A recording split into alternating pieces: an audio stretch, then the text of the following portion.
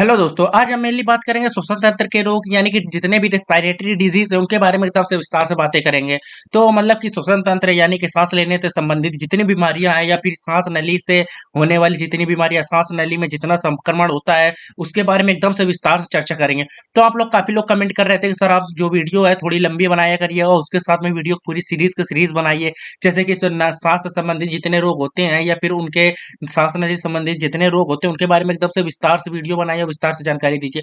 तो मैं उन्हीं के कारणों के कारण मैं एक जो वीडियो है इसकी पूरी सीरीज बना रहा हूँ। सीरीज देखोगे तो पूरी की पूरी लंबी सीरीज होगी जो कम से कम 8 से 10 दिनों तक चलेगी और वो 7 से 8 पार्टों में या फिर 7 से 8 देखोगे तो वीडियो बनी रहेंगी और जिनमें से वो लगभग 8 से 12 मिनट तक की वीडियो मेनली बनेगी। तो आप वीडियो को रोज और रेगुलरली देखिए। तो अभी तक अगर आपने मेरे चैनल सब्सक्राइब नहीं किया है तो सब्सक्राइब कर लीजिए, क्योंकि मेरा जो नई से नई वीडियो पर डे अपलोड होगी, नए से नए न्यू न्यू पार्ट रोज कंप्लीट होगा।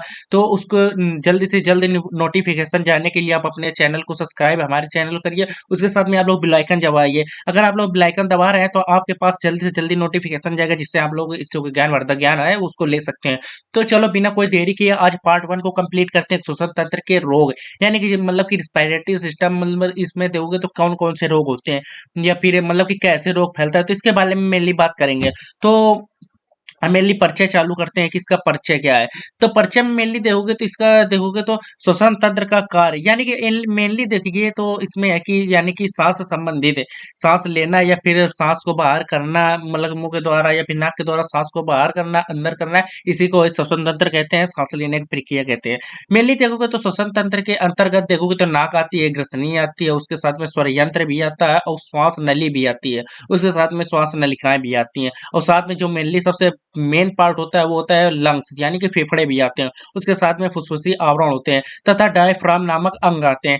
ये मेनली जो अंग है यही सांस जो मतलब कि सांस लेने में और हमको सांस लेने में मदद करता है। ऐसे जो ये सारे यंत्र हैं या फिर ये जितने भी तंत्र हैं इनके द्वारा ये मेनली सांस ले पाते हैं। तो इसमें देखोगे तो नाक, ग्रसनी, स्वर यंत्र और श्वास नली तथा श्वास नलिकाएं द्वारा हवा जो देखोगे तो हम अंदर को खींचते हैं और फेफड़ों से उसको बाहर भी करते हैं। यानी कि इसके द्वारा हम सांस को अंदर करते हैं और उसके बाद में फेफड़ों के द्वारा इनको बाहर करते हैं। मेनली इसमें देखोगे तो डायफ्राम और वक्ष गुहा तथा उदर गुहा के बीच में एक देखोगे तो पर्देनुमा संरचना होती है।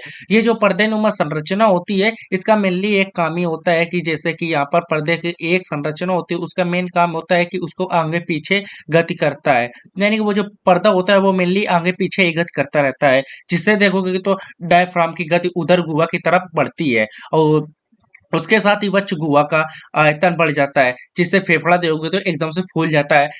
आप लोग सोचिए अगर कोई गुब्बारा है तो वो कितना छोटा सा गुब्बारा होता है। जब उसमें हम लोग जोर से मतलब कि खींचेंगे या फिर जोर से हवा भरेंगे तो वो एकदम से फूल जाता है, कितना हवा हो जाता है और उसके बाद में फिर सिकुड़ जाता है, जैसे कि हवा निकल जाता है एकदम सिकुड़ जाता है। तो इसको मेनली मतलब फैलाने के लिए और मतलब कि उसके छोटा करने के लिए डायफ्राम का मतलब कि गति होना बहुत ज्यादा जरूरी है, जिसके कारण सांस लेने में हम लोगों को मदद मिलती है या फिर एनिमल को भी मदद मिलती है।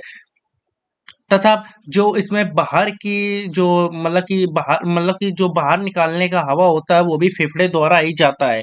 यानी कि हम जब अपने जो मतलब O2 के बाद में जो CO2 निकालते हैं यानी कार्बन डाइऑक्साइड निकालते हैं, वो भी मेनली फेफड़ों के द्वारा ही निकलता है। और जब डायफ्राम की गति देखोगे तो वो वक्ष गुहा की तरफ होती है, तब देखोगे तो वक्ष गुहा का आयतन देखोगे तो एकदम से कम हो जाता है, जिससे देखोगे तो फेफड़ा पिचक जाता है, यानी कि फेफड़ा एकदम से सिकुड़ जाता है और तथा फेफड़ों की देखोगे तो हवा बाहर निकल जाती है। जो फेफड़ों के अंदर हवा होती है वो एकदम से बाहर निकल जाती है।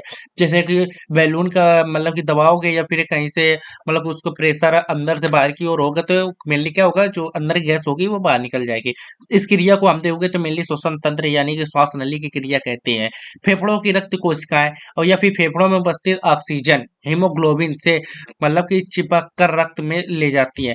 यानी कि मेनली देखोगे तो हमारे पूरे शरीर में ऑक्सीजन पहुंचते कहते हैं। तो मेनली हमारे पूरे शरीर में ऑक्सीजन एक ही कारण से पहुंचता है, जैसे कि हम लोग ऑक्सीजन लिया, उसके साथ में ऑक्सीजन फेफड़ों में गया, तो फेफड़ों द्वारा वो जो रक्त कुपिकाएं होती हैं उनके द्वारा मतलब ये हृदय से होते हुए, हार्ट से होते हुए पूरे ब्रेन में फैल जाती हैं। जितने भी देखोगे तो ब्लू कलर, जो ब्लू कलर की होती है नली, उनके द्वारा देखोगे तो मेनली जो वेंट्स होते हैं उनके द्वारा ही हमारे शरीर में पूरे वो रक्त के द्वारा वो जो देखोगे तो ऑक्सीजन पहुंचता है। तथा अगर रक्त में मौजूद जो कार्बन डाइऑक्साइड होता है वो भी फेफड़ों में आकर ही मतलब कि छूटती है, और जिसे मतलब फेफड़ों में ही आकर एकत्र होती है, जो कि वो सांस लेने पर बाहर भी हो जाते हैं तुरंत। तो श्वसन तंत्र का वर्णन देखोगे तो निम्नलिखित है, मतलब कई प्रकार के इसके रोग पाए जाते हैं, कई कई प्रकार के सिम्टम्स हैं, जिसके बारे में एकदम से मेनली बात करेंगे। तो आज के पार्ट में हमने आप लोगों को बताया कि फेफड़ा का काम क्या है, यानी कि श्वास नली का काम क्या है। अब मेनली बात करेंगे इसके आगे की और क्या क्या और कौन कौन सी बीमारियां होती है, जो कि आप लोग पार्ट सेकंड में कल देखना है। तो आप लोग अगर पार्ट सेकंड में कल देखेंगे तो वहां पर मैं आप लोगों को बताऊंगा कि कौन सा रोग होता है सबसे पहले। तो आज के लिए पार्ट वन में इतना ही था। कल की वीडियो देखने के लिए आप मेरे चैनल को सब्सक्राइब करिए, क्योंकि जब सब्सक्राइब करेंगे तो जल्दी जल्दी आप लोगों के पास में मेरी वीडियो की नोटिफिकेशन पहुंच जाएगी।